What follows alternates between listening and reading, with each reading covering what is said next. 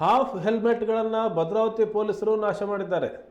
ಭದ್ರಾವತಿ ನಗರದಲ್ಲಿ ಹಿಂದೆ ವಿಶೇಷ ಕಾರ್ಯಾಚರಣೆ ನಡೆಸಿ ವಶಪಡಿಸಿಕೊಂಡಂಥ 3,000 ಅರ್ಧ ಹೆಲ್ಮೆಟ್, 20 ದೋಷಪೂರಿತ ಸೈಲೆನ್ಸರ್, 50 ಪ್ರಖರ ಬೆಳಕಿನ LED ಲೈಟ್ಗಳನ್ನು SP ಮಿಥುನ್ ಕುಮಾರ್ ಅವರ ಸಮ್ಮುಖದಲ್ಲಿ ಭದ್ರಾವತಿ ನಗರದ ರಂಗಪ್ಪ ವೃತ್ತದಲ್ಲಿ ಬುಲ್ಡೋಜರ್ ಬಳಸಿ ನಾಶ ಮಾಡಲಾಯಿತು.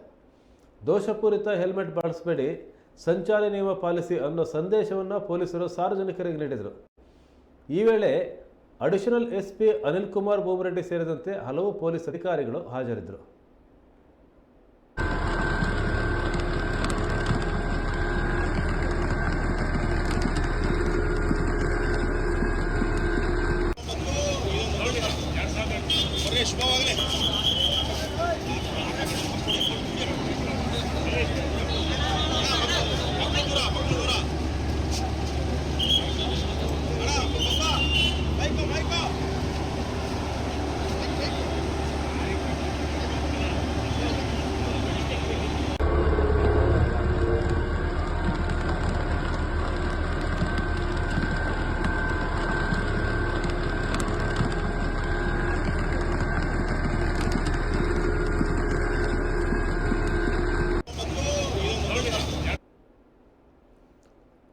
ಭದ್ರಾವತಿಯಲ್ಲಿ ಹಾಫ್ ಹೆಲ್ಮೆಟ್ಗಳ ಸಂಖ್ಯೆ ಸ್ವಲ್ಪ ಜಾಸ್ತಿನೇ.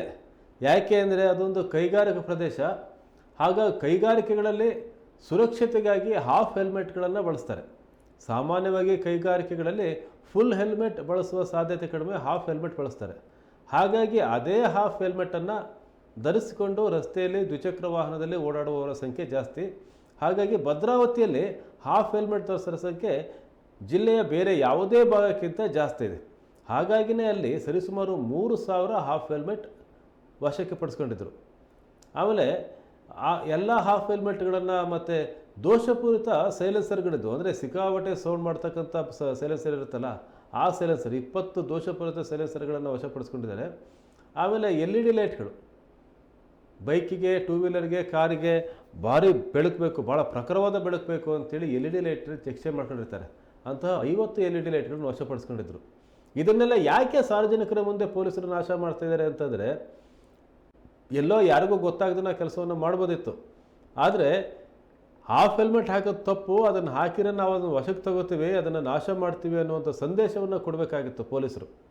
ಆ ಕಾರಣಕ್ಕಾಗಿ ಭದ್ರಾವತಿಯ ರಂಗಪ್ಪ ಸರ್ಕಲ್ನಲ್ಲಿ ಸಾರ್ವಜನಿಕರ ಎದುರಿಗೆ ಈ 3,000 ಹಾಫ್ ಹೆಲ್ಮೆಟ್ಗಳು, ದೋಷಪೂರಿತ ಸೈಲೆನ್ಸರ್ಗಳು ಮತ್ತು LED ಲೈಟ್ಗಳು ಸಾರ್ವಜನಿಕರ ಎದುರಿಗೇ ನಾಶ ಮಾಡಿದ್ದಾರೆ.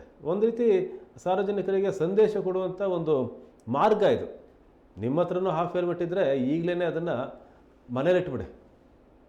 ಫ್ಯಾಕ್ಟ್ರಿಗೆ ಹೋಗ್ಬೇಕಾದ್ರೆ ಮಾತ್ರ ಹಾಕಡೆ, ಬೇರೆ ಟೈಮಲ್ಲಿ ಹಾಕೋಬೇಡಿ. ಇಲ್ಲದಾದರೆ ಹಾಫ್ ಹೆಲ್ಮೆಟ್ಗಳನ್ನು ಪೊಲೀಸರು ಇಸ್ಕೊಂಡು ಇದೇ ರೀತಿ ನಾಶ ಮಾಡ್ತಾರೆ. ಬರೀ ಭದ್ರಾವತಿಗೆ ಅಷ್ಟೇ ಅಲ್ಲ, ಯಾವುದೇ ಭಾಗದಲ್ಲಿ ಎಲ್ಲೂ ಸಹ ಹಾಫ್ ಹೆಲ್ಮೆಟ್ ಹಾಕೊಳ್ಳೋ ಹಾಗಿಲ್ಲ. ಶಿವಮೊಗ್ಗದಲ್ಲೂ ಸಹ ಈ ಕಾರ್ಯಾಚರಣೆಯನ್ನು ಪೊಲೀಸರು ಮಾಡಿದರು.